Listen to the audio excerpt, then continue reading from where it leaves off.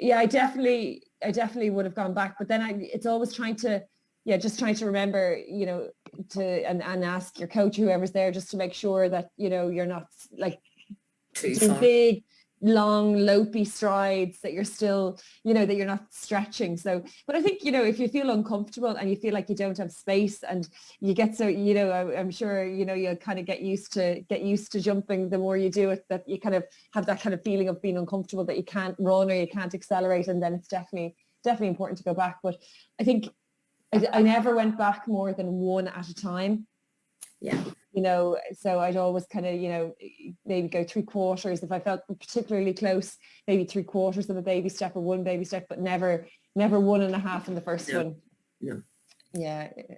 Half. Do you remember, Janet? I'm sorry, what? Do you remember what you used to do? Did you move back, with each height? Did you move back a couple of inches each height?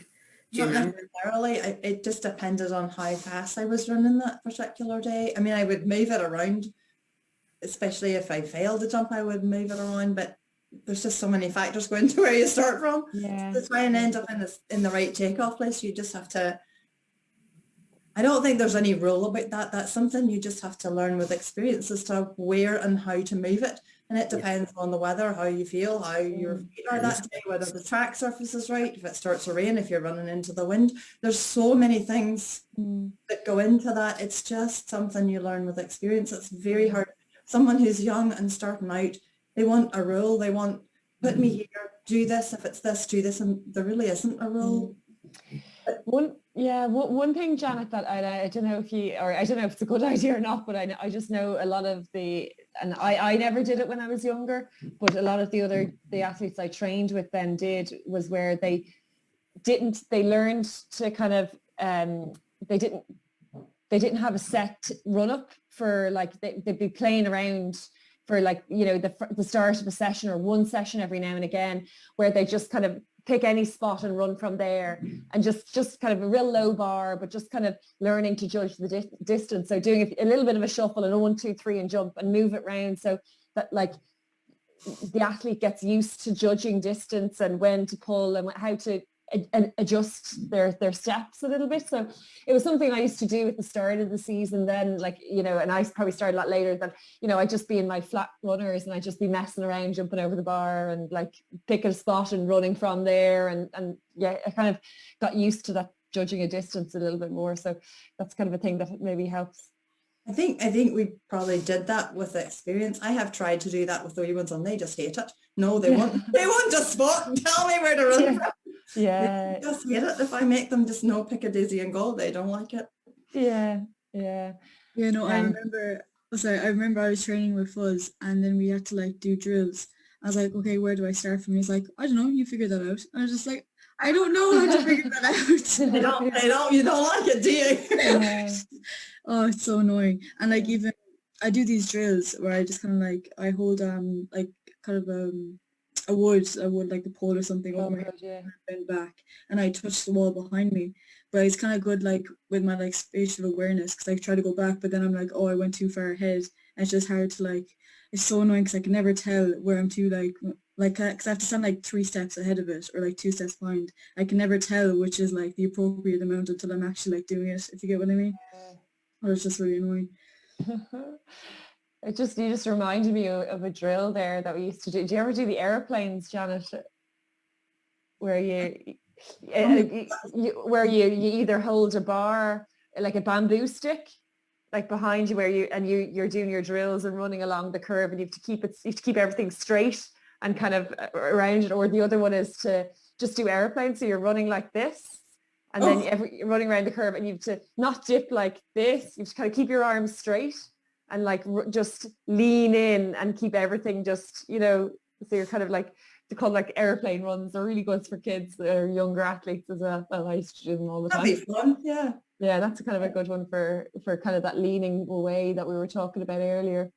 I don't know, other ones around the mark. The only other thing I think is to be is careful of sometimes when I move my mark back too far, I wasn't running my curve. I was just, because I was so far back, I go straight and then I go straight into the bar. So sometimes it's not about moving back, it's around running around your curve. So, that's probably just another one to be careful of as well when you're jumping.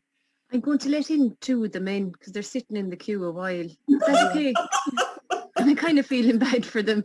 Do we need to say, girls, the younger girls especially, are you getting something out of this?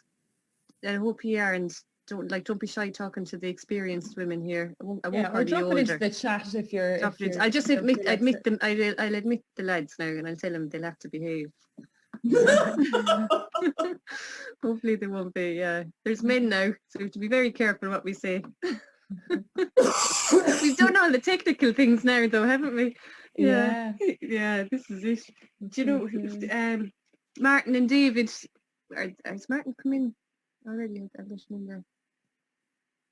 Sorry. Yeah. No, oh yeah, I'm very quiet. Oh, there's Martin. Martin, we've already started the technical chat, so if you want to bump in with questions now as well. We were talking about how to avoid diving in over the bar, messing about with taking your mark, getting that spatial awareness, and what else were we talking Airplanes, about? arms. Airplanes. So yeah, I hadn't heard of that drill, Deirdre. That's a great drill. Yeah, and a fun one. That's probably a fun one too. For the younger ones. I think so. The other one was, so you go around, the little, not the little cones, but the smaller ones, the little, I don't know what you call those ones.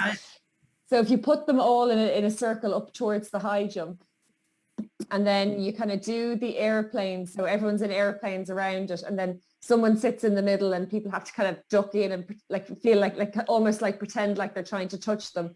But then, so you could have 2 or 3 athletes running around, and then when you clap, then you try and take off and jump off it. So you're doing your airplanes, and then when you clap, then the next jumper has to take off. So you're kind of going round, round, round, airplane, then jump. Oh, very good. Wow. Bit of crack. Yeah. And that's what you're into. Yeah. Where were you doing those in Germany then, or with Lucy, or?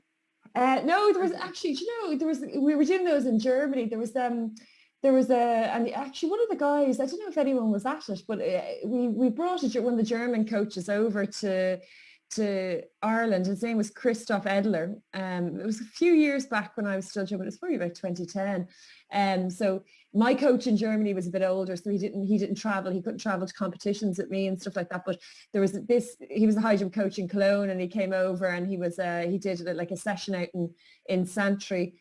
We did a triple jump, high jump kind of day with loads of athletes, and he was doing loads of these drills.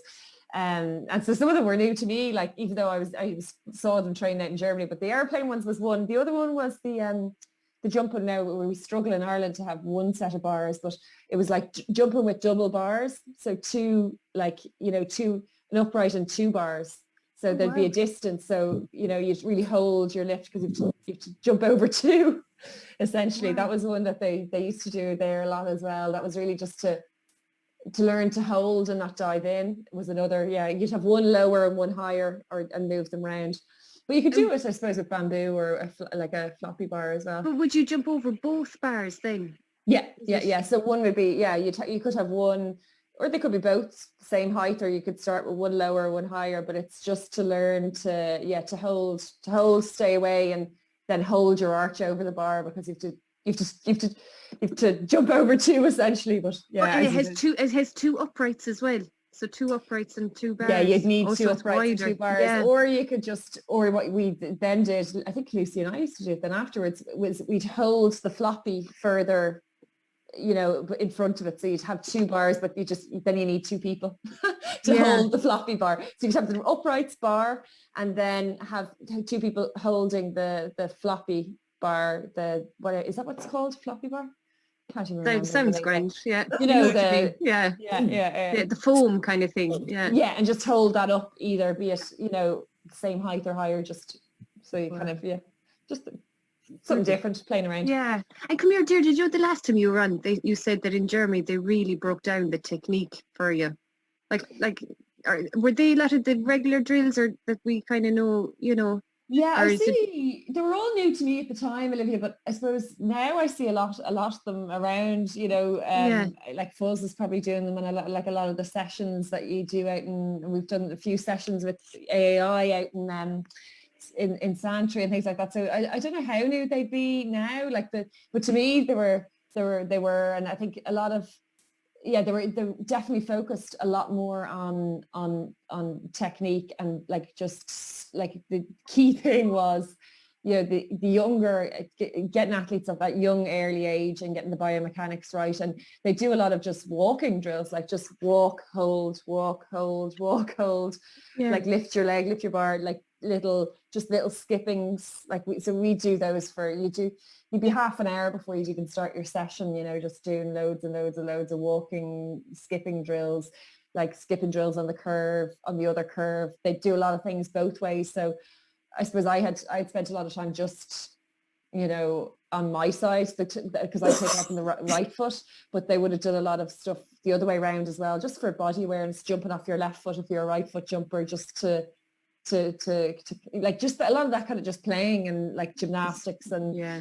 technique and stuff. But the drills were key, and even when I was training in Belgium with Tia Halabout, who actually won the Beijing Olympics, that was one of the kind of key things. Now it didn't really work for me, their training generally or technique or with the situation. I jumped better when I was in Germany, but they would have done a lot of those kind of drills over jumping on the side, like the side of hurdles, just take off, beside the hurdles, and all those kind of basic drills that hopefully we'll be able to do sometime out in Abbottstown when we can see each other. But I know. I'm sure people know a lot of them. But yeah, I think just getting the simple things right, I think is Yeah. really important.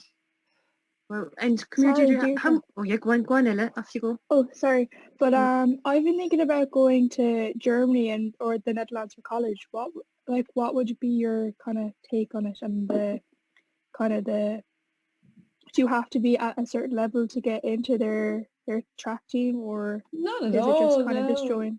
Yeah, you could just join the different clubs. Now it depends which centre you're in, but there's loads of opportunities in like Germany for the different clubs and stuff like that. So no, you just join the clubs and they'll have coaches over there. So I think like what do you know what part you're thinking about going to? I can put you in touch with a few clubs and things like that in Germany, but Netherlands I'm probably less familiar with in terms of facilities or coaches and things like that. But yeah, you should be able to join any of the clubs. There's loads of high jump meets in Germany as well, in the Netherlands as well.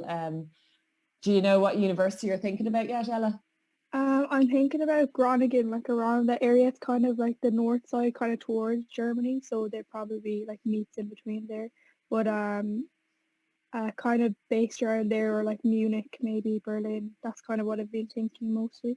Yeah, there's some really good coaches in Berlin. Mikey Kruger's coaches in Berlin. She was a 2-meter jumper, and they'd have loads of facilities. You have no problem at all. It'd be a really good opportunity probably particularly if you're close to, if you're in a university. A lot of universities have tracks and facilities and things as well, so it'd be exciting. Do you have the language? No, not at all. But I went there on a school trip a few years ago, and I loved it there. And they have an amazing track team there apparently. So I've been trying to get into contact with different people, but I haven't been able to find out like the bare minimum really at the moment, because I was going to go during the summer over there to see, but I can't really until next year. So I've just been trying to find different details about the running and stuff, because I want to do it in college. So I've been trying to find out different things. Do you know what you're going to study or what you want to study? Yeah, there's no like point system over there. There's no like point system over there, so I was thinking like physio in the Applied Sciences University over there. So Cologne has an amazing sport. The sports hub, it's called the Sports. I'll write it in the type. Sports Hub Schule in Cologne, and they do really great physio. They do incredible physio and just biomechanics, and every time it's just the Centre of Sports Science. So there could be some nice, and they've an incredible facility, indoor, outdoor, high jump area. Really nice club. and yeah, it's an amazing place. Actually, they do a lot of the scientific studies and things like that around speed gates and all that kind of stuff is out there, and be worth checking out. Yeah, thank you. Deirdre, you obviously had German before you went to Germany then, did you? No, I didn't actually, and my coach didn't have very much English, so there was a lot of this sign language going on just away from the work. Well done. Yeah. But you But I do know it's like, I know people say it's quite a harsh language, but it's I love it now. Yeah, I did French in school, and then I did Italian in college, and then sure I took off to Germany to train. But you're right, it's great facilities for high jumping are fantastic, and coaching and everything like that. So it's be a good opportunity, Ella. Yeah, it'd be really good. I see Frank has joined us there too. How are you, Frank? Frank, you had a question in the email there during the week. If you want, do you want to ask the girls, since you have more ears than just myself and Antonio? You had a question about how do you build up your runway? Do you want to ask that, Frank? Yeah, I just want to say the German is I'm Dutch, but I speak German as well. It's almost the same language. So good. Except our Dutch, we have very guttural sounds like a ch and the u. Great. It is a very structural language compared to English. Yeah. English have so many different words for one term. I find very confusing. And then Irish English is a total other thing then. And Cork, you're down in Cork, then Cork Irish English. Yeah. Your last poor I'm Frank. fighting for many years to not get the Cork accent with them. Oh, don't worry. Frank, Ella had just said there, she was asking about moving to Holland or to Germany for third level education. So I think you came in the middle of that conversation. Are you aware that Brian Lynch, he's a decathlete with me, he moved last September to a place called Groningen in the north of the Netherlands. Oh, right. Groningen. He is going to, they have regional squads, and it's a professional coach that is leading that. So something like that would be very good, because he asked if he could join, and so he's now joined that group, and there's European level athletes in that group. Fabulous. Maybe, Frank, later you could put it in the chat so Ella will see it in the chat. Yeah. That information. But you can ask the girls your I question. will ask there. Brian if he's okay to talk about it, maybe. Yeah, that'd be great. Yeah. So do Yeah, you want to the ask run-up. Yeah. Like I realize that every person has different sizes, legs, and all that, and different speed or strength. So the run-up is probably dependent on the type of person.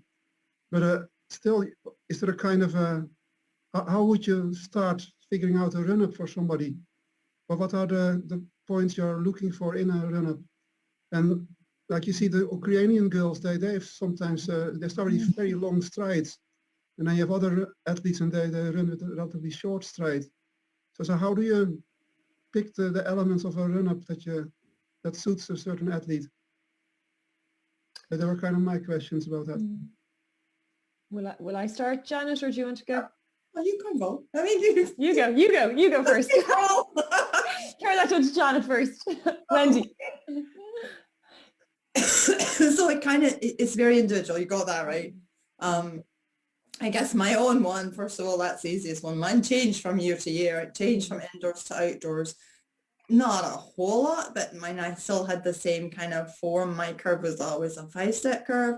Many of the, and we had kind of a 9-step runway or 11. Over here, they mostly use a 6-step curve, an 8 or 10-step runway altogether. It's kind of different. The little ones that I have, first of all, I see them running, because I find, I don't take offense at this, any of the young ones, but some of the kids nowadays, I don't think they've ever done anything but sit in front of a computer. They can't even run for a bus, and their actual running style is really bad. So the first thing sometimes I have to do is see if they can actually run and fix their running style. And then we build it up from straight line scissors to a little baby curve to just adding more steps back and back. And it just takes a long time. I probably spend most of my time working on their runways than their jump, because I find if it, well, everybody does, if the runway's not right, they can't jump off it anyway. How you do it just depends on the individual person. One likes long strides, one likes slow strides, one can run fast, and what you can't slow them down. I mean, they're just so different. Frank, what age are the athletes you're coaching or thinking about like this one? For me? Yeah, what are they young, very young, or teenagers? No, my athletes are over 16, so they have a good running style already. But we went to this master class from Fes Anat, and he said you need to get your strides up to 10 strides. So it was 8, but with 2 extra strides, everything changes. Like you get faster, so then you can't hit your takeoff. So then I said, okay, if you can't hit your takeoff, then maybe you should go wider, and so that you get a more smooth curve into the takeoff. But these 2 extra strides, they changed so much that I've gone back to 8 again because that was working. Yeah, So I've often done that. Yeah, where I've gone back and tried to. Yeah, like the reality of it is that the last 4 steps are the most important, you know, and everything. Like when you think about the fundamentals of a run up, you know, I always kind of think about it as everything's a preparation for the last 4 steps, you know. So you often find like when athletes go back further, then they go far too fast in, and then they can't handle the speed that they've gone because they've taken too many steps. And you know, I think, you know, Janet's right in that it's so individual and everything else, and I don't think there's any direct right way. I think eventually if you're getting up to a level where you're talking about jumping, you know, to jump over 185, you know, you could do that with the, you know, with the 5 step, you know, high level athletes can do that like with a few steps run. Eventually, if you're getting up to those heights, you're probably going to need a 10 step run up, or a 9 or 10 step, you know, all high level international. But for someone who's 16 and they're just trying to figure it out, 8 should suffice. And get that right and get all the other things right before it moves back. But I think, you know, I think one thing about technique is you can change a lot, but you can't fundamentally change the way a person run. Like I think everything's about evolution of technique. Like what's your natural way of running? Like, you know, so trying to turn an athlete that just automatically naturally runs a certain way and takes certain strides. I think I often, because I've been down that route where I'm like trying to run like Chicharova with big lopey strides. It just doesn't work. So I think, you know, you take what's there and you evolve that into a better version, and instead of trying to fundamentally change the biomechanics of a person, I think is kind of the approach really. So if an athlete feels extremely uncomfortable with a certain like way of running, then, you know, it's probably wrong. If you try it and then it doesn't really work. So yeah, I think for a 16-year-old, 8 strides should be fine, with a view to, once that's solidified, to move back a little bit more. But then I've toyed around with like standing start, rolling start and things like that. And there's always like advantages and disadvantages to those as well. Like, you know, with the rolling start, I find that, you know, I felt lighter when I was doing it, because I was like, okay, I'm getting into the groove and I can speed up quite quickly. But then there's inconsistencies with that you don't hit the mark. So if an athlete is naturally prone to having a very inconsistent run up, I try to, for myself anyway, is what works. And I don't do a lot of coaching anymore, but like, I think I would try and have that kind of solid like start, the standing start. Maybe for an athlete that tends to lean forward a lot and is quite low in their running style, the kind of the shuffle start can help them get upright and get into a nice kind of stance. So yeah, it is really individual, but you know, getting the last 4 strides right, 4 or 5 strides right is key. So whether it's rolling in and playing out and focusing on getting a short run up right first, before kind of saying a top class athlete has to have a 10 stride run. So we're going to start from that point and work. I think that's probably the wrong way around. Janet, you think you're agreeing or nodding or saying so? I'm going to start at the bottom and work backwards. Yeah. So do you think the same about if you do bounding strides in the beginning? Because that's harder to get into proper running then in the end of it.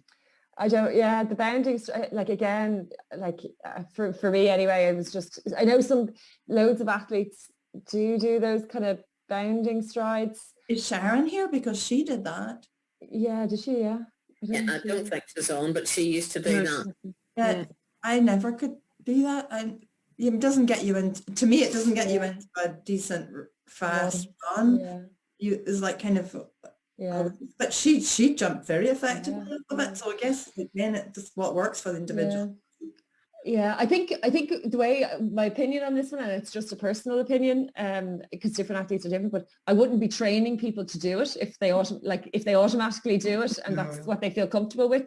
You know, you might want to play around with and see if something else works, but it wouldn't be one I would say, here is an ideal technique, bound at the start, then run, because ultimately you're expending loads of energy at the start, trying to do something when all that really matters is being upright, having your in the right position, the right angles, at the right speed, at takeoff, and a bound at the start isn't really going to help that, I don't think.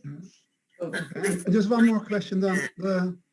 There's a lot of emphasis put on the penultimate stride, and I've been doing that. I say you need to lower yourself, or you want to make it a bit shorter, or no longer, and then the last one will be a bit shorter. But that's caused with few athletes a lot of confusion, in that you can see that the speed is dropping in the last second last step. So is it more a run up that you accelerate and you just plant your last step? Is that all that you should do? So forget about emphasizing anything on the penultimate. Yeah, it's a tricky one to coach, and the more, it's tricky one. The penultimate to the ultimate, I think, is really important. I did a lot of work on that like later on in the last couple of years. I think videos helps, watching people have a good penultimate and ultimate, but I used to often think about it when I was trying to train that with rhythm, like, I used to kind of always think to myself, bam, bam, like bam, bam, like, so I'd like when I'm jumping, I'd be like, so instead of trying to, just when I'm visualizing before I would jump, I just think right, left, right, right, left, right.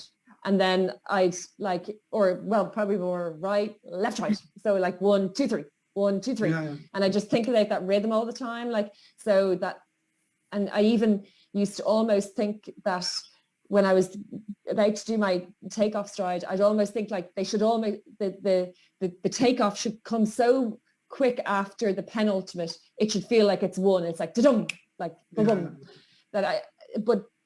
so I used to try and think about it when I was doing drills, and when I was standing at the back, I just think, but I wouldn't, like, when you're actually running, it's very hard to focus on it while you're doing it, because then it gets slow, like you say. So maybe it's again about thinking about it in the drills, but I think it's a good one to work on, Frank, to really, like, and maybe if it's caused some confusion, maybe it's like Janet was saying earlier, different triggers work for different people. So, it's about thinking about what your end objective is having a snappy takeoff, and, and like a pushing into the takeoff and a fast takeoff. So maybe some athletes thinking about the penultimate is too complicated. Maybe they just need to think about a fast takeoff. Other athletes might want to think of pushing on the penultimate and then the takeoff just comes. Other athletes might want to not think about anything and just do drills outside of it. So like the triggers are going to be so different for different athletes, but the objective of having like that kind of real fast rhythm, like, and a strong penultimate, is really one I never nailed, but really important, I think. No, I never did anything but work on rhythm. I never mentioned anything about penultimate strides, or did I think about it? None at all. It was always about the rhythm. Even before I ever started, the whole run was a rhythm. It was a pattern, and I never mention it to my jumpers at all. I just get them into a rhythm or a pattern, whatever is the best thing for them. Sometimes we've even made like little words to a sort of stupid song out of whatever works for that particular kid, and they just run around and do the pattern, and they run the pattern, and they automatically do it. Then you just get them into a rhythm, and they think the rhythm, and they just put their feet in that rhythm, and you can clap it for them at the beginning and just have their feet with your claps, and when they get their own rhythm, I never once mentioned the penultimate stride to them, and they just do it themselves after a bit. Yes, some athletes are like as you were saying, Jen, like audio helps, maybe visual helps for other athletes, like seeing what you're talking about rather than, and the rhythm helps, or the hearing, or sorry, Wendy, I think you're coming in. No, we always focused on the last three, and it's just what you said, 1, 2, 3 at the end, and it's the fast strike, rather than saying penultimate or anything like that, or what way you plant your foot. If you start telling athletes that, who's going to know that in 100th of a second, did I plant my foot at the right angle or whatever? I think you do that naturally.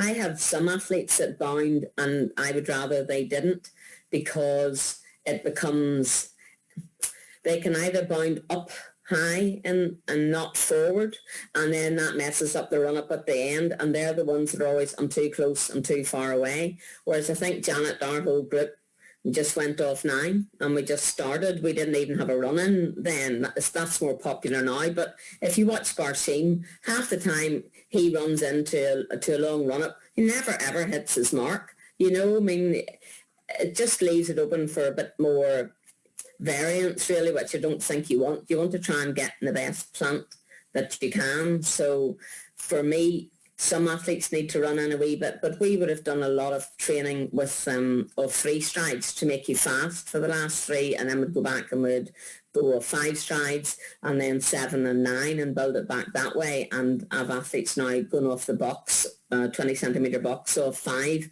and that's given them more time in the air to learn to drive their knee and lean away and get the layout over the bar. Where Deirdre was saying, put 2 high jump bars together to try and get you to hold it.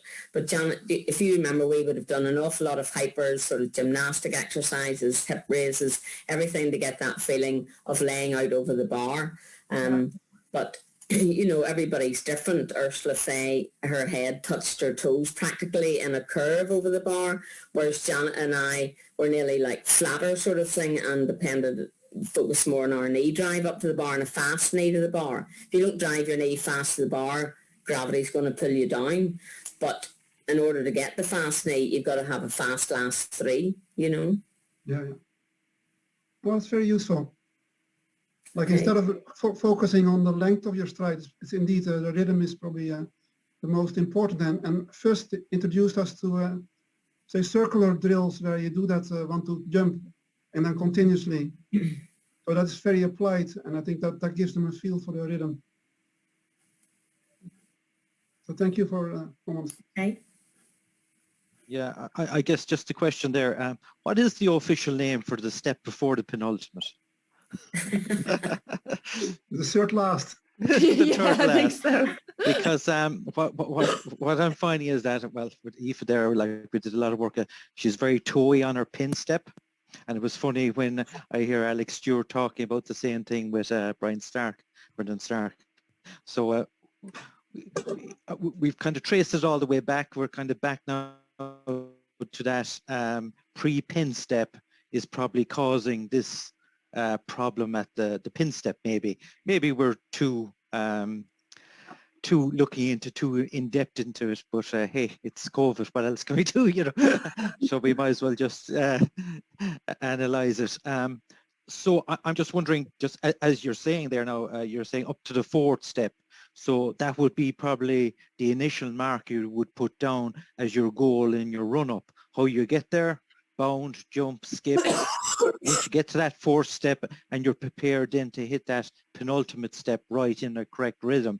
So I suppose what I'm asking is, this step before the penultimate, is there a specific kind of plant you do that it's maybe at 45 degrees or, to lead you into that penultimate that doesn't take you out of the curve? What I'm finding is that if you don't plant right on that 3rd step, your pin step goes out of the curve, it's toey, and the whole thing falls apart. And then you plant, and you're gone into the bar before you know it. That's what I can kind of see. So it'd be interesting to see if you guys... Maybe we ask Deirdre, and I know, Deirdre, you've said you have to leave at 6:30. Yeah, or you could just see me cooking the dinner, whichever you prefer. You'll get hungry then, Deirdre. Yeah, you can shout over there. You might as well shout in your answer there, and then Wendy and Janet can jump in. Yeah. So Yeah, I think the toey thing is difficult because it's very hard to run a curve with the toe, toey run up. So again, it's just down to drills, isn't it? The kind of the little skippy, the little skip drills that you do, the little kind of, I used to do loads of those on the curve. Actually, do you know the ones I'm talking about, Martin? The kind of little ankle raise ones where you kind of do the little kind of mini skips and then over your kind of mid calf, then over your knee, running them on the curve and things like that. Because it's a difficult one. But I suppose I don't know. First of all, I suppose I don't know what the third last one is called, but yeah, it does need to be less toey because it's hard to run a curve and toey because you're slowing things down, you're kind of tipping your toe, then coming down again, but it doesn't need to be fully flat foot either. But I think it's just down to drills. I think I always used to put the mark down. For me, it was that there was a mark at 3 and a mark at 5, really. So it was kind of like, before that was just whatever happened before that, it was just getting my body in the right position to get into the last 5. Then staying up tall on the curve is the key thing. And then all I thought about was the last 3 is just that kind of acceleration. But I think, staying upright and leaning into the curve and, try and just drill in the... Yes. So you had a mark down on that third step. Had you a mark down? Yeah, I'd have one on the 3 and the 5, and then in the 3, 5, and then further back. But in competition, I didn't, because you can only have 2, right? Yeah. If I can remember correctly. You're right. Yeah. So I wouldn't have the 3 one in, but I used to. So I think it was, what was I out? I remember I was always like 7, 12 out for my last 3, something along those lines, and then then I was about 35 steps back from my 5. But it was just to kind of make sure that I was not cutting in at that 3, so marking them out. But it is really useful to mark out even, the whole, I found anyway, marking out the whole run up, is tones. I don't know if you do that, Janet. I do. So like you, I had a mark at 3 and 5, and then at my full run up, but in competition there was only the 3. I'm sorry, the 3 would go away and the 5 would stay because, yes, you're only allowed 2 marks. And the 5 was just a guide. It wasn't that you absolutely had to hit it. You just had to not cut in. Well, for coaching kids now, I found that they do like to cut in a lot. And what is very helpful is marking each of their own steps. Like make them step in water and put it down, or put a piece of tape with every single step, or a cone with every single step. They don't have to hit it, but they have to keep the curve. Otherwise, they'll either cut in or they'll take one step outside. And if they keep the curve all the way around those last 5 or 6, whatever it is, then they're much more likely to be in a good takeoff position. But it does help them. It does help them to see their own curve. If you can put down something that indicates roughly where each of their foot strikes is around that curve, they can actually see where they're trying to run. And then you can peel off every other one as time goes by, and they'll still see it even though the marks aren't there anymore. I think if I went back in time, one of the key ones I would have tried to learn more was staying out on your curve, running the curve more, and like that one, Janet, just being able to stay out. It was always and when you did get it right and stay out on your curve and not cut it, it was every single time, those jumps that you get where you just hit the takeoff and you just feel like you've got time and you're like, those jumps that you get once a year or twice a year.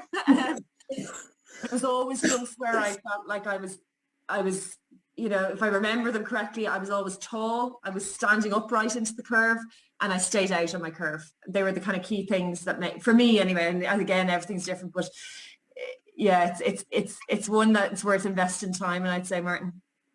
Yeah. When you said stay out of the curve, is that you don't cut in? Yeah, like you're not doing like a kind of I used to often run to 5 and then straight for the bar, rather than, because it's easier to do, because it's hard to run on a curve, to run a curve with your feet. You really need to work your feet on the curve, and to stay out in the curve, and to it's easier run straight. So really kind of like that kind of hockey stick bend and staying out on it and running it is yeah, it's key to getting that takeoff. Just when you do it, it feels like you hit the takeoff and you can drive the knee up and you have time over the bar. The other ones where you're kind of cutting in on the curve and not running that curve properly always feel like you hit the takeoff and you have to wiggle over the bar and you're trying to fix this, you know. That was my experience anyway. Yeah, that's definitely, I would agree with that. You know, and we always talk about the hockey stick curve, and it's a good benchmark for everybody, you know, because you can end up going too wide and then you're nearly parallel to the bar taking off, and that's when you injure your foot or your body's already turned and it's no use. I had an athlete and they were 5'2", just 1 inch smaller than me, and I thought I'd put her back off 11, and she ended up nearly going diagonally straight at the bar, and she got the yips out of it because she couldn't take off.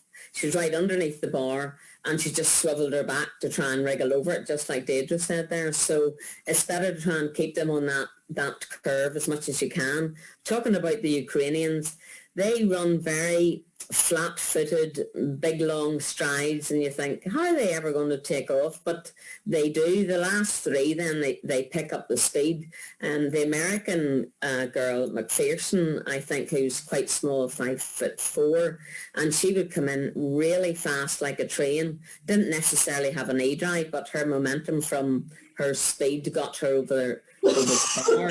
So everybody is slightly different, and I had an athlete that won the UK school games as a schoolgirl, jumped 172 at the time, and I called her Princess Tippy Toes because she did a lot of dance, like Janet would have done ballet and stuff, and she just ran on her toes the whole time, but it did flatten out better the last three. But it really does come down to rhythm and teaching them that they have a smooth first 5 or 6 strides, and you really concentrate on the curve of getting the fast last 3 and the strike out of the ground. Dalton Grant, who still is joint British record holder in the high jump along with Steve Smith at 2:37. He was at the European high jump or European coaching conference about 7 or 8 years ago. And for the younger ones, he tried to say, what do you think is you've got bubble gum on your feet in the last 2 strides? You know, you have to strike really fast and strike back and up so that you get, you know, you really fasten the ground to the bar, and if you think that you've got bubblegum in your foot and you're trying to drive off quick, and the younger ones then identified with that and made their last 3 strides a lot quicker. But I don't know, there's no absolute right or wrong. You know, some people bounce, some people are flat-footed. If you look at Jordan, a Canadian guy that won the Olympics a couple of Olympics ago, he had a very smooth, relaxed stride and a great knee. And it's totally different to the way Barshim jumps, or even Bondarenko, who's just very tall and kind of slithers over it and goes the whole length of the bar. But he does, you know, like he's 6'8", so his technique was all twisted and bad. You want to try, it's so good having YouTube now, you just look at all the videos. Ruth Bettier is, if that's the right way to say her name, the Spanish girl that won the high jump in her 30s there a couple of Olympics ago. She's superb at leaning away from the bar. If you want to watch anybody, freeze frame her as she's running into the bar. She's tremendous. Lean away, which gives her lots of time on this side of the bar to drive her knee up, which gives her more time in the air, you know. So watch the videos, show the kids what they're doing, and try and adjust accordingly, I think. Thanks, Wendy. Do you know, I actually, because I know we were going to do what you do wrong in the high jump and how to fix it, so I just took a few talking of videos. Do you want to have a look at these? They're all videos of Janet. I'm only missing Janet. I'm only missing. None of them. No, because the last time I was looking for videos of you was all the ones you knocked. And I was thinking, well, I just put up Janet's videos of all the ones and I'm only missing. Do you know what it is? I'll put up one here now. It's the Girls Under 16 Moscow Championships earlier this year. Where did I put her? Oh, you put that on the YouTube. That was very nice. Oh, yeah. Here. You can keep talking away there. You keep talking away and I'll figure this out. Yeah. Does anyone have any other questions there? Yeah. I do. Like a lot of the lads that I train now, to be involved in the combined events.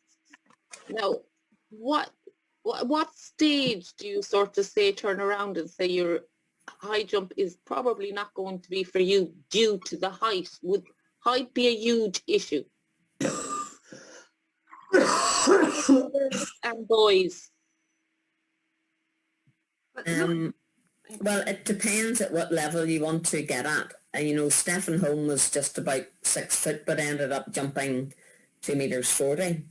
There's a couple of American high jumpers who were smaller than that, maybe 5'8", 5'9", and they achieved around those heights. I was 160 and jumped 182, and I was only training 4 times a week at that stage, so I jumped 22 centimetres over my own head, but realistically, could I jump 2 metres? No. I think that the American girl McPherson jumped 2 metres and she was 5'4". Jessica Ennis jumped 195 and she was about 5'4". But, you know, if you want to get to world record height, you really need to be Deirdre or Janet's height. All the other girls at my time or in our club, I think Sharon McPeak was nearly 6'2", Janet was 6 foot, Debbie was 5'11". What were you, 5'11"? 5'10". Oh, 5'10". Debbie was maybe 5'11". Catherine Scott was 5'10". Ursula was between 5'10" and 5'11". So they were all in and around that range, you know. Same for boys, really. The lads that were 5'8" and stuff. What what made them be able to jump as high? What was it? I don't know the training and stuff like that, but what was it that kind of triggered them to hit a height that most people of 5'8" wouldn't be able to do? You know, is that just natural talent, or is there something in them that's capable of doing it? I think it's their own elastic strength. At the end of the day, I didn't do any Olympic weights until I was in my sort of mid-20s.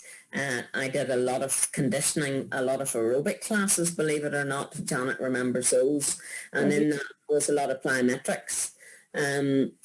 So I think you have it, and if you've good technique and you've good natural elastic strength, then you can jump much higher than people who may be taller than you, because lots of times I would have been in competitions and I was, 10 inches smaller than everybody else in the competition, and yet I would still beat them because they didn't have any spring, they didn't have any natural strength. So ideally, if you've got someone slightly taller, that does all of the right weights and the right conditioning and the right plyometrics and good technique, well then, you're on a winner. That's Stephen Holm. He can jump as high as the boys that are 6-8 inches taller than him, I'm going to give it one more go. What advantage would that have given you? Oh, that would have been huge. That would have been huge to be able to see what we were doing in real time. We didn't. We had these old, the old like actual video cameras. We had to go and make an appointment basically and sit around a TV and replay them days later sometimes, and it was not a common thing. No, it's huge. I bring down my iPad and the kids can see what they did right when they get off the mat. It's huge. Yes, there's no doubt about that, but being able to see everybody else on your own TV and freeze frame it, and pause the TV and then compare. Yeah. I mean, we had extraordinary photographers, that would have taken pictures of us, and that helped us a bit when you relied on the coach's eye. Mm-hmm. Absolutely. Do you think he would have jumped? Would you see having that? Gwen, did you say something there? I'm just curious. Do you see, because he didn't have the technology and all the perks for it now, would you think he would have jumped higher? I don't think I would, because my mother, who was my coach, and Janet's and everybody else's, just drilled it into us about the technique. So we had all excellent technique.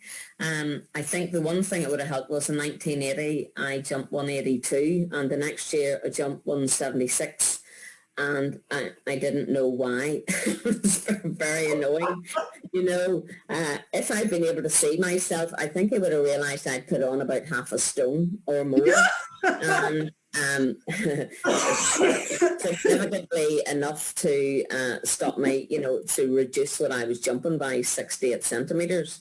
There wasn't the same nutrition, body awareness or anything like that. And nobody really had the nerve to say anything to you about your weight back then, except one person, John Glover. I remember he said to me once, oh, you've lost a lot of weight, but he never had the nerve to say to me when I put it on. So I think that would have helped, there's no doubt it's a great benefit today.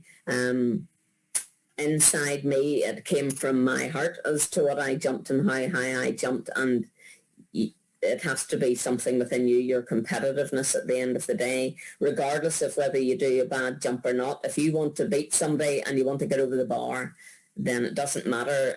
My dad used to say to me, if you headbutt the bar, but if you get over it, that's great. And it comes down to a competitive drive and doing the very best you can. And one of my things is save the best for last. That's the one that wins the competition. And, first time, every time. Get the first jump in and save your best for last. Everybody's tired at the end of a high jump competition. And that's when you've got to put it all together like a good golf swing. You've got to get the run-up right, the speed right, the takeoff right, your layout right, and flick your feet over the bar at the end. And you can do that if you train yourself to do that in training. And make sure you don't do lots and lots of jumps in training, then you're teaching yourself bad habits because you're tiring too much, and that's not good either, because you get a maximum 12 or 13 jumps in a competition, and on a good competition you will hit each height first time, so you should be hitting your PB at your 4th or 5th attempt, so that you're not too tired, so you can really, Janet will happen to her too. You get competitions where you get 2 PBs in the trot, sometimes 3 if you have the confidence that you can do it. So you really want to be hitting, around your personal best on your 4th or 5th jump. I think Bar Sheehan, when he was going for the world record, was on his 13th, and you've no hope then. Your energy systems are all wrecked, and your adrenaline is going, and you're striving for the highest height when you're at the tiredest. But you can muster it all for the last jump. That's the one that beats everybody and wins competition, I think the other thing about having all the videos and YouTube things is being able to find all the drills online of what all the other athletes are doing. I think that would have been really useful back in the day, even just for the training. I think is helpful. Yeah, it's probably gone the other way now, though, that there's so many stuff online that you're just overloaded. But I'd be interested though, Wendy, let's say when your mom was doing, let's say, okay, I have a vision of how you're going to jump, Wendy, and Janet walks in, I have a vision of how you're going to jump, Janet. And I from last week, I think, Janet, you started off in scissors, maybe, correct me if I'm wrong, when you got to, yeah. So how did your mother, Wendy, translate the way I want you to jump when you yourself probably couldn't visualize unless you went home to a video recorder and seeing these videos of people jumping, it isn't as useful today where, oh my God, I can select somebody that jumps from the right. You were probably looking at a video that you probably wanted to jump like, but they probably jumped from the left, or, you know what I mean? You might have, so how did she get that across? Yeah. Molly, sorry, who's talking? No, Janet, you go. Molly was our feedback. She kind of was our video. She knew what we were doing. I went down there and I had no clue, not a clue. I didn't even know what high jumping was. She, like I told you last week, she made you feel like you're the best thing since sliced bread, even if your head butted the bar. It really didn't matter. She would say, run in and stick your knee up. So you would run in and stick your knee up, and she would tell you that was great, even if it was terrible. And so you would keep doing it again, and you would keep doing it again. And she taught you to feel when it was right. So you couldn't see it, but you could feel when it was right. And once you could feel what she was saying, yeah, that's it.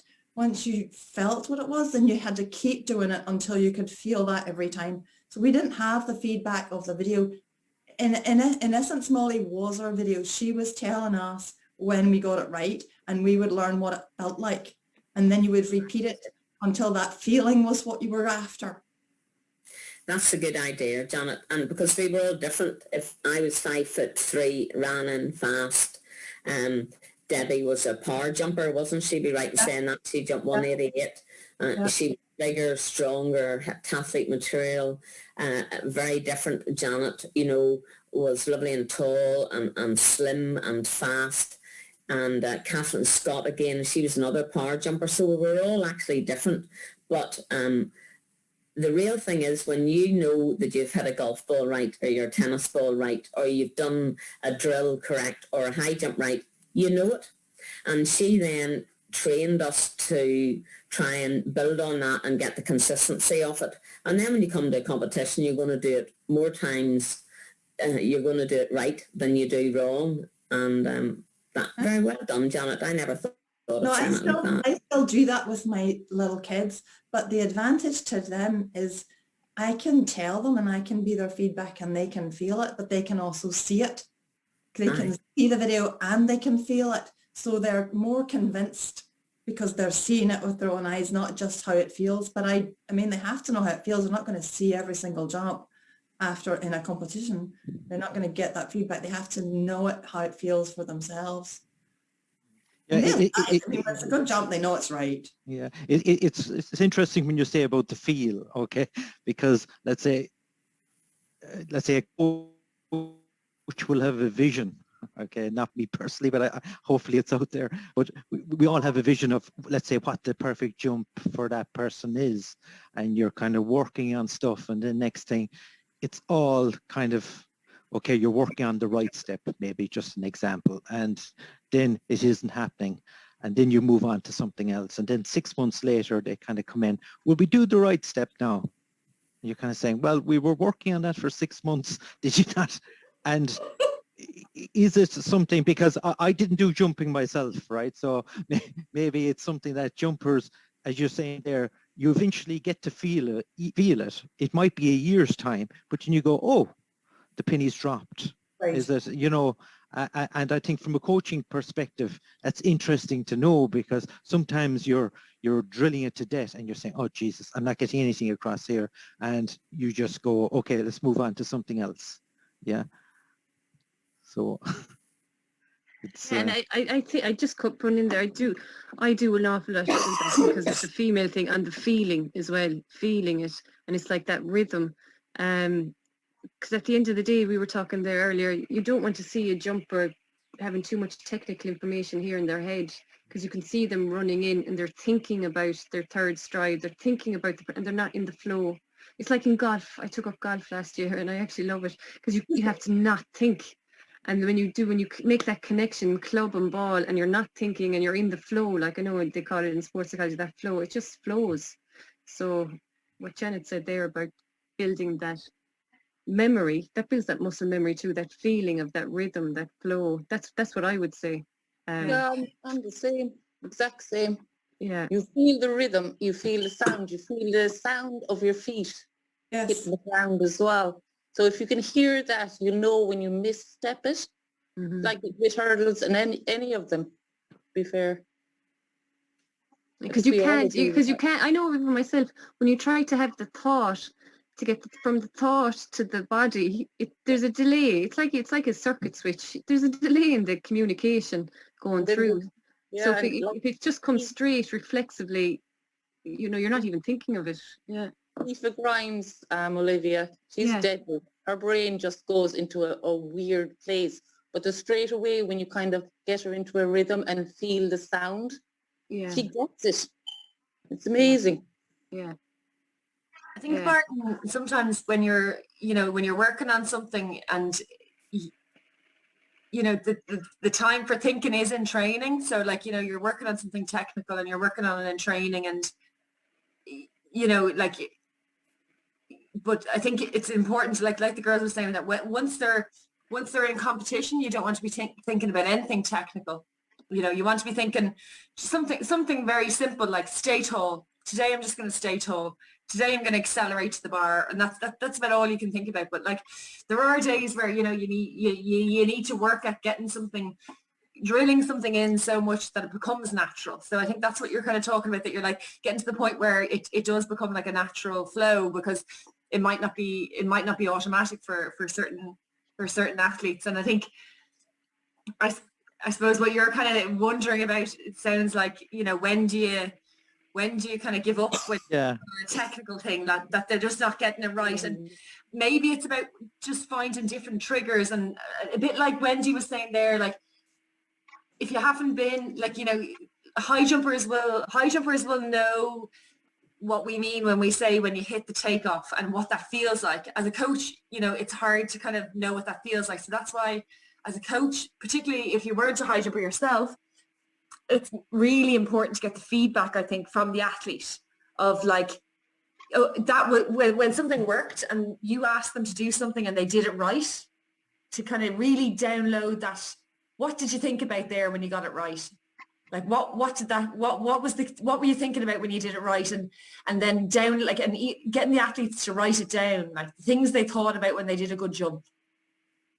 I think that really helped me to kind of go, well, actually, I was thinking about staying up tall. Okay, maybe that's the trigger that works for me, you know, and then you kind of probe and so it's really important, I think, just to get the feedback from the athletes and what they were thinking about when they did it right, and actually getting the feedback when they were jumping and what you were trying to tell them to do. Because I also often got that, like, people giving you technical advice to do this, do that, focus on the penultimate, and it just didn't work for me. And just saying to the athletes, maybe asking them, does this trigger work for you, or is there something else? Do we need to think about this differently? Because it might not make, like, something might not make sense to a certain athlete because they might be visual, or they might be audio, or they might be doing, so I think it's really just asking them what it felt like when it worked, you know. Martin, do you know the athlete that you were saying that they were trying to work off both sides? I'm not tall, I'm 5'8", but fair play to you for jumping the height you did. But when I was doing high jump, say in the league, I found myself being ambidextrous. So when I'm playing hurling, I'd be using the opposite side. So that person might actually be right-handed in certain ways, say tennis or holding a golf club, and then going left on the other side. So that could be another reason why he's hesitant on either side. He hasn't picked one yet because you're not comfortable. And I used to go up near it and I'd go to the left side, and then I'd say no, and I'd go straight over to the right side. It felt better for me, but I'd jump from side to side. It was whatever made me feel better and more confident. So I just ask him what, like, it could be something. I'll just say goodbye to Deirdre. She has to go. Thanks a million, Deirdre. Have a lovely dinner. Thanks, Deirdre. You were brilliant. Loads of info. Thanks a million, Deirdre. Bye, folks. Thanks a million. Enjoy your dinner. Bye. Talk to you again. See you, Deirdre. Go on. Sorry for butting in there. Yeah. No, you're good. You're good. Yes, this will be my last. Just as you're saying there, Wendy, about energy systems. Let's say back in the day between. What was your initial thoughts on energy systems, and how did you improve it as you got more knowledge and awareness about it? I think certainly up until I was about 24, I didn't even know what that meant. You know, there just wasn't that sort of knowledge about. I was lucky because I trained with Mary Peters from I was, what age was that? Like 11 until I was 18, right through her 1970 Commonwealth Games, 72 gold medal at the Olympics in 74. So to a certain extent, I had good knowledge of weight training. Now, I never did the Olympic weights, and certainly not the weights that she lifted as a pentathlete, but I learned a lot about that. And then I would have trained in her gym, which was just all multi-event stuff, you know. So I managed to jump 182 doing that. Because of good technique, I was fast and I was sort of well conditioned. I mean, I did pentathlons as well, but so it was sort of all-rounded fitness. But what made the difference was then we got a national coach called Norman Brooke, and he came over and I decided to train for the heptathlon properly, because realistically with my height at 5'3", you know, I wasn't going to jump the 2 meters that I would like to have. But that changed everything, and Janet and I were training together at that stage, and we went into Olympic lifts, snatch, cleans, squats, front squats, bench press, followed by all our hops and bounds, I did 7 one-hour aerobic classes a week too, which helped in my superb mobility and suppleness right through my career. And I think that that helped me not have the same injuries. I never had Achilles, or I never had a sore back, and I still don't at my age, because I really strengthened my back. I did a lot of hypers and everything to make it strong. So I had to up the level at 24, and we had a plan then for 4 years to get to the next Commonwealth Games, and then everything in my conditioning, plyometrics, Olympic weights, you know, and it was because I was doing heptathlon as well. I know that my high jump that I'd have ended up jumping around 190, and I wasn't able to do it because I skidded on a loose spike out of somebody else's shoe and pulled all the ligaments off my right knee, and that ended that. So I had to clap and cheer for Janet instead, who had got to run then 91, 192s, and then she realised to get to 2 metres she had to raise all of her training again. Didn't you decide then with Frank Dick, really, in a way, you increased everything that you were doing again? I did. I mean, the problem why it didn't work was because, not because of the training. I was fitter and stronger and better conditioned than I'd ever been in my life. I mean, that was the time to jump 2 meters, but the squad was dismantled. The training group was dismantled, and I had to work 4 jobs to pay my way. So I was exhausted. When I would go into competitions, I was just exhausted. And then, of course, the injury raises its ugly head and ruptures. So, yeah, I forgot what the question was. But yes, you have to lift your game, but that's when you need all these other things. I mean, it's very easy for us to come up with a list of things that you need to get to the next level. It's how do you get them? It's the desire though as well, and I think maybe part of the reason you got injured too was we didn't have the rehab or the physio, and if you were working 3 or 4 jobs, you know, you're not getting the rest and recovery that you need. I was exhausted. Yeah, I guess from the energy systems, did you find yourself, let's say, I don't know, peaking for maybe 2 competitions, and then, okay, we're not even going to try now again until about 6 weeks time or 8 weeks time? Is that the kind of up and down trough that you had? That worked for me. You know, 3 competitions, I would say if you did indoors, and I would say to my athletes now, do 3, maximum 4. Out of the 3, 1, something will go wrong.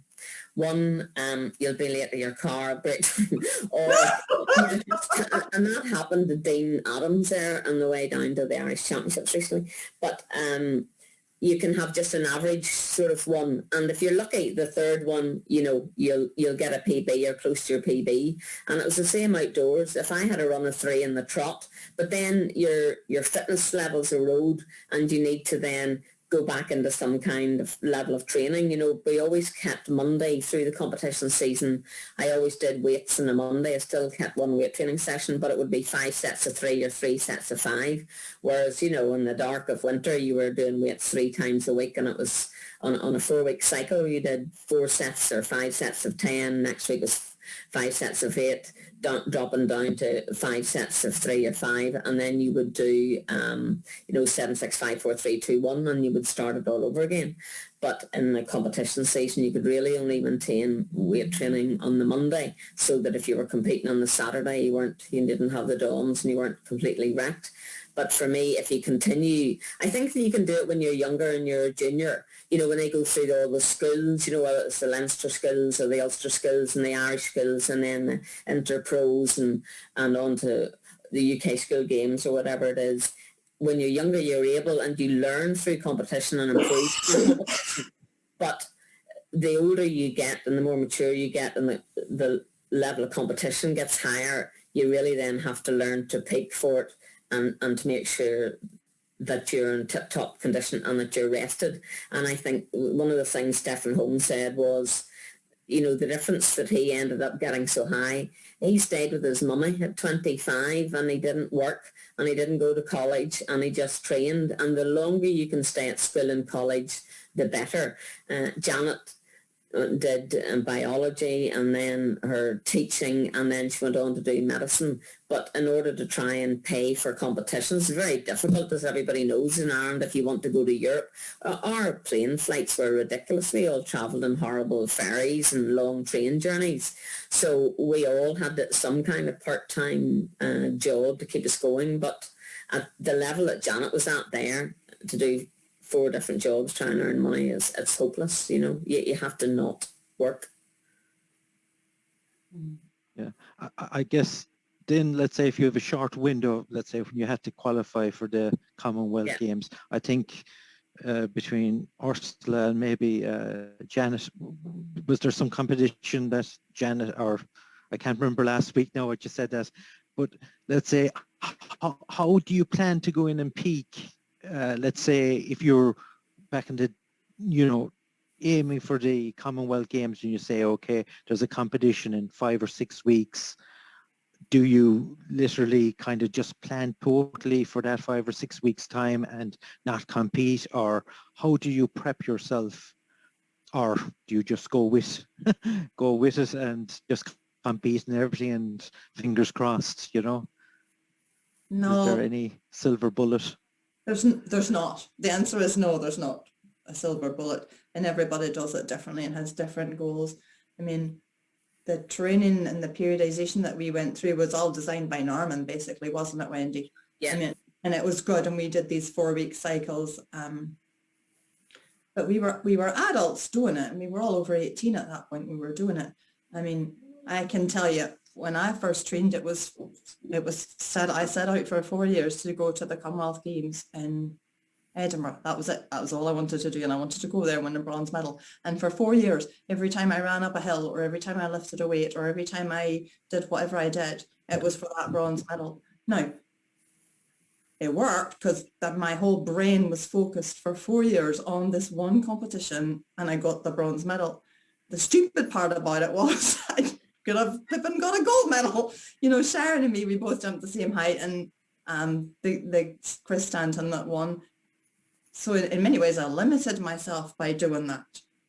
The other times when you had to peak for something was, say, the Olympic trials, but you're really peaking for the Olympic Games. You just had to get there. So again, Norman was the one that designed all the periodization stuff, but you can't make your brain right. I don't think anybody else can. That's something that's either in you or it isn't. Yeah. I went into that competition and I knew I had to win it. There was no other way I was coming out with a name on the team. I had to win it, and whatever it took, I had to win it. And that's what you did. Yeah, I guess, you competing in there was your job, but I'd say just looking at the background, it was the coach's job. Yes. You froze him. To get you there, and once, a sign of a relief from his side or her side. And I suppose where I'm trying to come from is, obviously there was a qualification criteria for you to qualify, and coming up to that, you probably had to hit a height at certain times. And did you strategically plan specific events, and or were you kind of kept, I suppose, unaware of all the planning that goes on in the background, and saying you just got a call, Janet, you're jumping here, Wendy, you're jumping there tomorrow, don't ask questions, that's what you're doing, and I want you to do that? No, we were aware of the plan right from the get-go, the whole year. Okay. Yeah, and that helped because at the end of the day, athletes, they want to turn up at an airport, they're told a time, they don't actually know where they're going. As long as they've brought a passport, they don't know what hotel they're staying in, that you're high jump spikes with them. They need somebody else to do all of that and take all of that away from them. And Norman's planning was brilliant. And I decided then, when I wanted to really increase, that I didn't question anything. Nothing. I didn't question anything of his plans. 2 winters long, I didn't get to do indoors, which I'd always done. He wanted me to train 7.5 long months. to get my fitness really up. In the first year, sadly, I got glandular fever. It knocked me out for the season, and then I got injured for the second one. But, you know, the plan was there and we stuck to it rigidly. And I think that was critical. So if the coach is doing that for you and you believe in the coach, then, you know, you're on a winner. And the coach mightn't always be right in something and you adjust it, but he did plan our competitions as well. You know, for me, it was the British Heptathlon Championships. Before that, when I jumped my 182, I was lucky enough, I had a series of competitions and I won the Northern Ireland Championships and I won then the Irish Championships at 76, and then the next week I jumped 79, and then 2 weeks later I jumped 82, so I was on a real roll. And when I got to the Commonwealth Games 2 years before that, I got the standard 12 times, you know, so in a way I had it in my head like Janet did, you know, you need to get the standard and you need to get there, you know, and then with them when you get there you have to try and peak for it, but I wasn't as good really when I was jumping the jump 175 at the Commonwealths in the pentathlon. I was much better by the time I hit 82, and then with Norman's periodisation, you know, Janet and I were on a winner. There's no doubt about that, you know. It's also different for different levels of athletes. I mean, like I say, we were adults going for major games.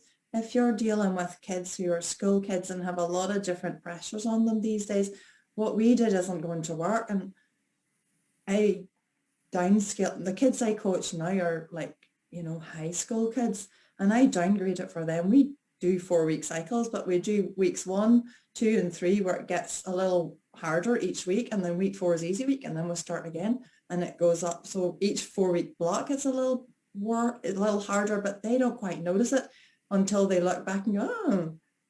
But it also keeps changing because they get bored easily. Especially this year when we've been working in the parks and in the picnic shelters. But I find that works a whole lot better with these younger ones.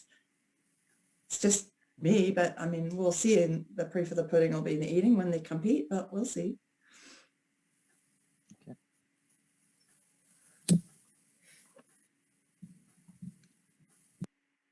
I need to unmute myself there. I don't even know if I'll try those videos anymore. I'll like one more time. I'll try one more time. Okay. Here she is. Can you see this? It says, yeah. Oh, can you? Oh, great. Can you hear her? That's well done.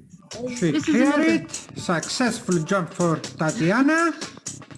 This is the under 23 Moscow Championships. First attempt at 180. 182. She doesn't clear it. Third void attempt at 182 for Alisa Presniakova. Alisa took the second place at the competition.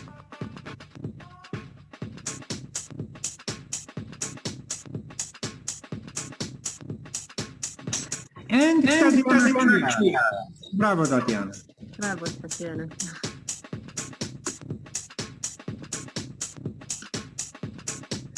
Let's see, Tatiana.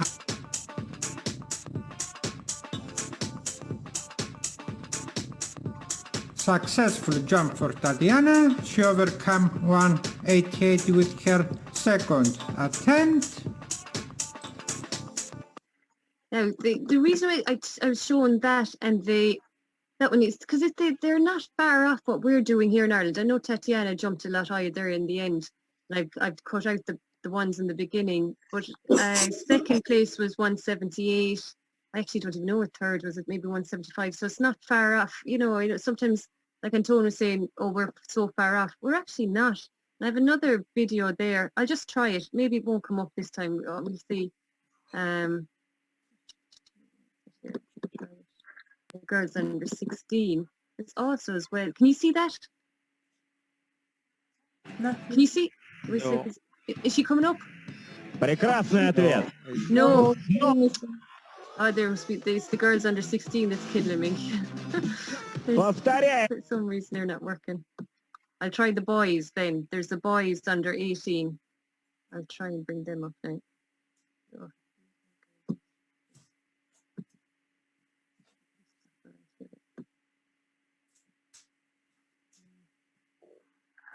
Sorry. So here we go again.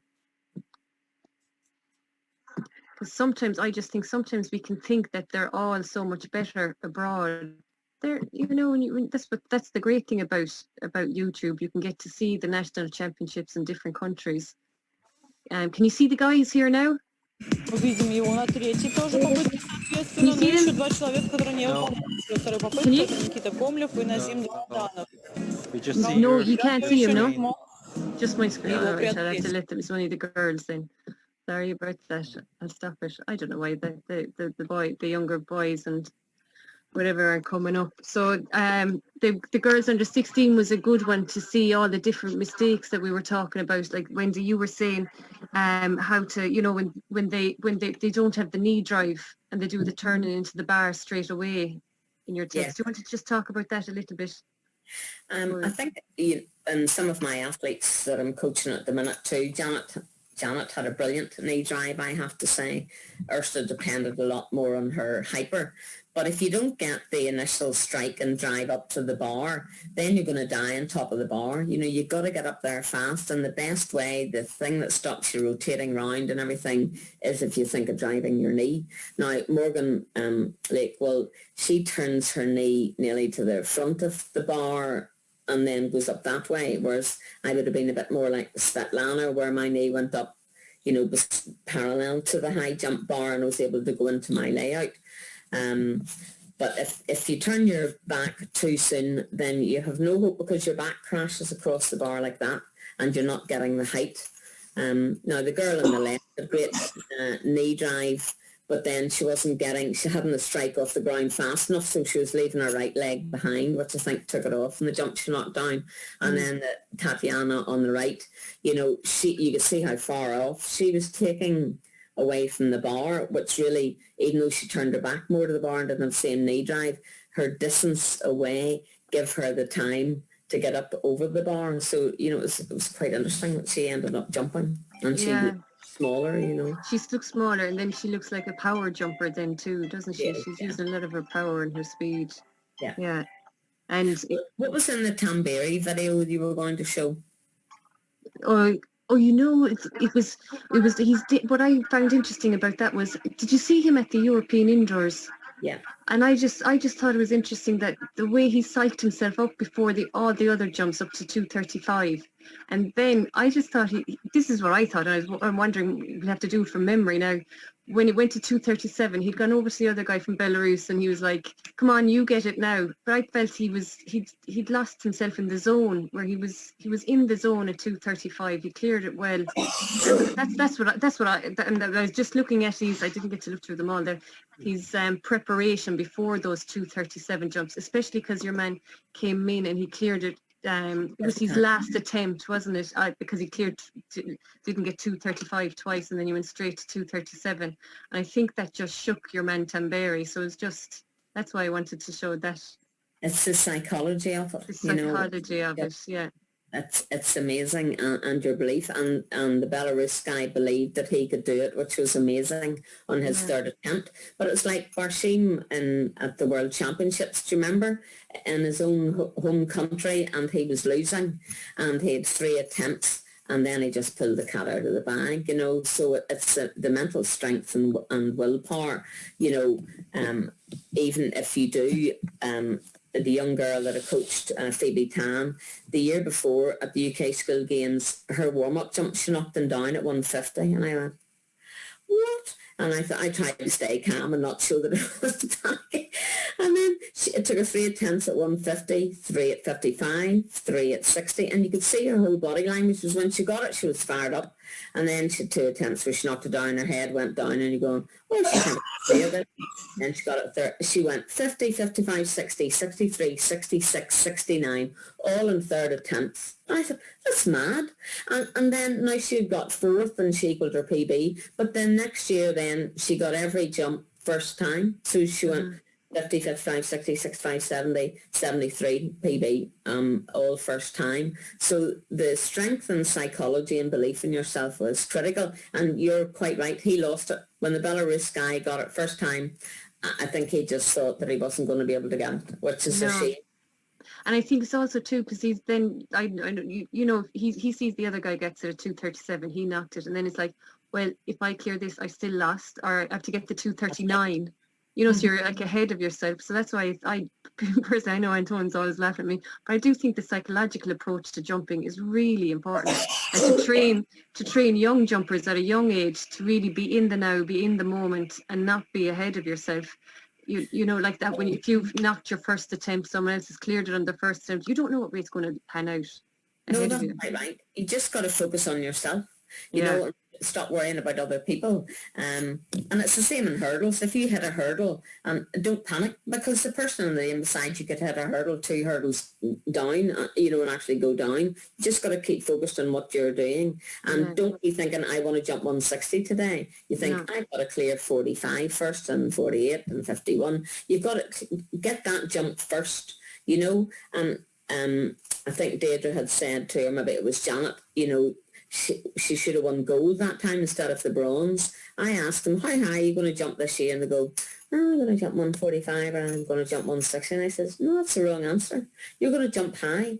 Once you start limiting yourself as to what you think you can jump, then you think that that's all you can do. You just go, I'm going to go and jump high today. That's what I'm going to do, So and that helps you psychologically then, that if you do get that competition where you go up 2 or 3 personal bests, you think, I'm on it today, I'm going to get it, rather than, I can only get 72, I'll never get 75. We always trained ourselves to think, I'm going to get the next height, I'm going to go for the next height, so that's very important.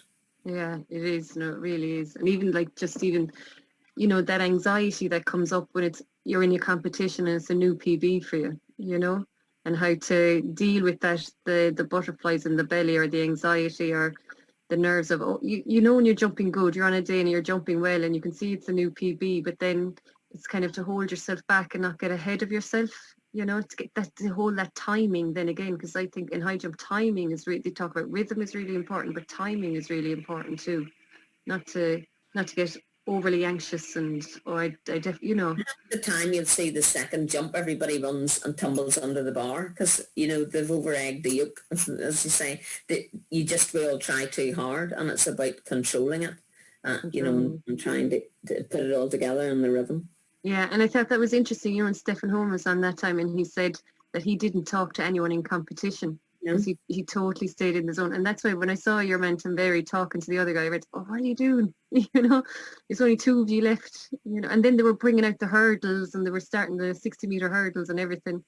So it's a case of, that's just me. And then I was thinking to myself, maybe it's because he's Italian, the Italians are very, out there and chatting to everybody and whatever. So yeah, so it's just interesting. Do any of you, when you're coaching, do you coach that side as well, that mental prep side, or that staying focused?